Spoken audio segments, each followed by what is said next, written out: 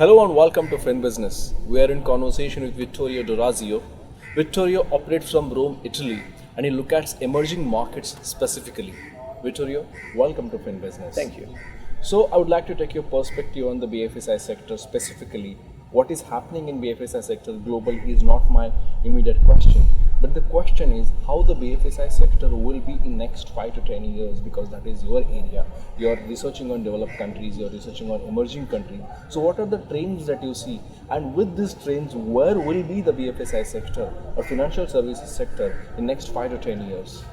Yeah, I mean, clearly the financial service industry is in the midst of a kind of a big change because there will be several forces to move from a centralized model into a decentralized distributed model. Okay. And the several forces will operate, and technologically speaking, this will impact hugely on the financial industry business model. So there will be, for example, a movement from a typical supply chain environment where you basically sell your product to the client into something else where you have a platform and the bank is sharing its products together with others. So it will be a collaborative game. So it will be more about sharing rather than ring fencing. Okay. And definitely in the emerging world, you will have the huge impact of the numbers of the economy of scale, because the countries such as India with 1.2 billion people in population, or China, same story, or Indonesia, Nigeria, those countries, they have a young population. They have a lot of people that use mobile phones, for example, and definitely they can leverage these new ways of doing banking. So clearly, banks need to transform even quicker than in the old world, where the population is more aging, so the less tech savvy in some way, and definitely there will be a huge impact from there. Okay, so what kind of technologies will drive this growth? Because you're very bullish and positive about the growth in emerging countries because of the young population. But obviously, what are the technologies do you think the BFSI sector will leverage on? I think about a car sharing product like the ones that are very popular in Europe, and this car will become, each single car will become a single client of the bank, and definitely this opens a lot of different questions for the bank, how to manage an object as a client instead of managing a human person. And clearly the way they manage this object, this smart object, for example financing, for payments, for even asking for a claim, for example, in the case of a car accident.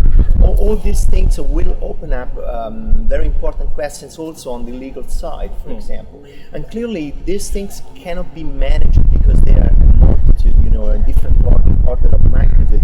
They cannot be managed manually, and doesn't make sense. You don't want to have a call center with a human talking to a thing, right? So you want to have an algorithm. So clearly having artificial intelligence in basically kind of smart machines or that can talk to those things as well as to human clients in some cases will become also important. And as a third point, we think the right infrastructure will be provided by blockchain, which is a concept of distributed ledgers. Okay, so those are the trends that you see. Yeah, the three things, so AI, IoT and blockchain, definitely. Okay, so how is it operating from Rome, observing the whole world? Which are the areas specifically for banks do you think will this technology be embraced? Yeah, the banks today, what they're doing, very often they focus on the front end because they know the front end is massively exposed to to the new things that comes on the marketplace.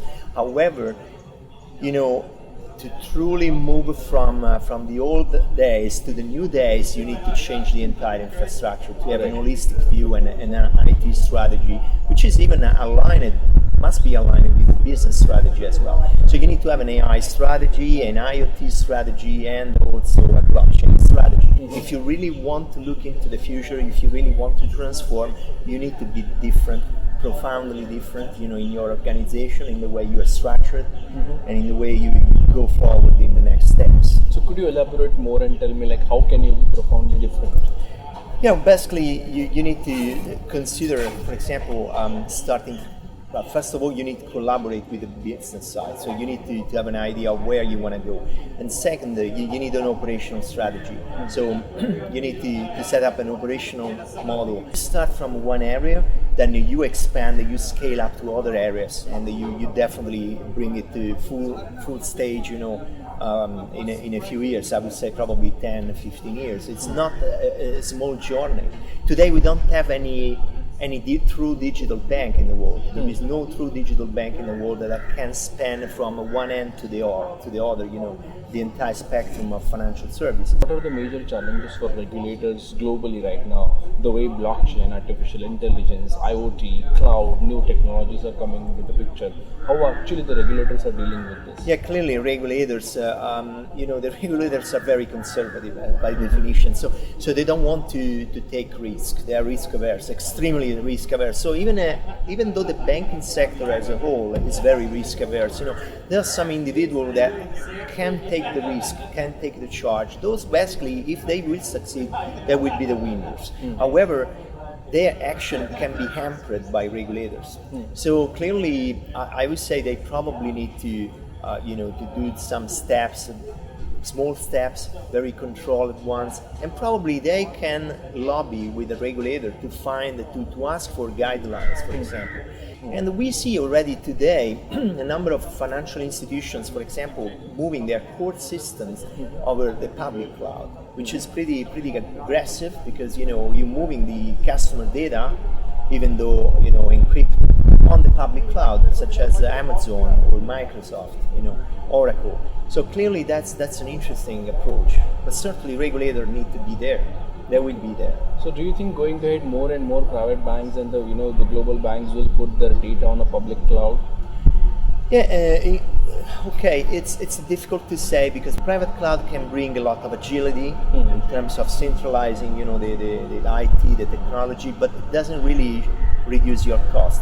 But when you utilize a public cloud environment, definitely you can bring your cost down by several decimal points. It could be even 50%, for example.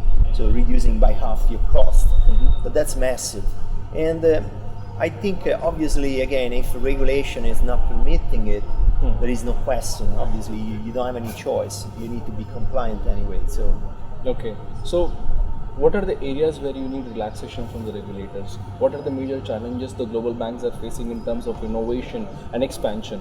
Well, definitely, if you take a global bank, clearly the regulator, the compliance with the regulator is not in a single country, because if you take, ICICI, for example, which is a large bank in India, they have offices in Russia and some other countries, right? And clearly, they need to be compliant in all these countries. Absolutely. If the data are running on a cloud, and let's say in Russia this is not acceptable, obviously you have a problem. So you need to find a mitigated strategy that enable you to deliver this consistently across all countries.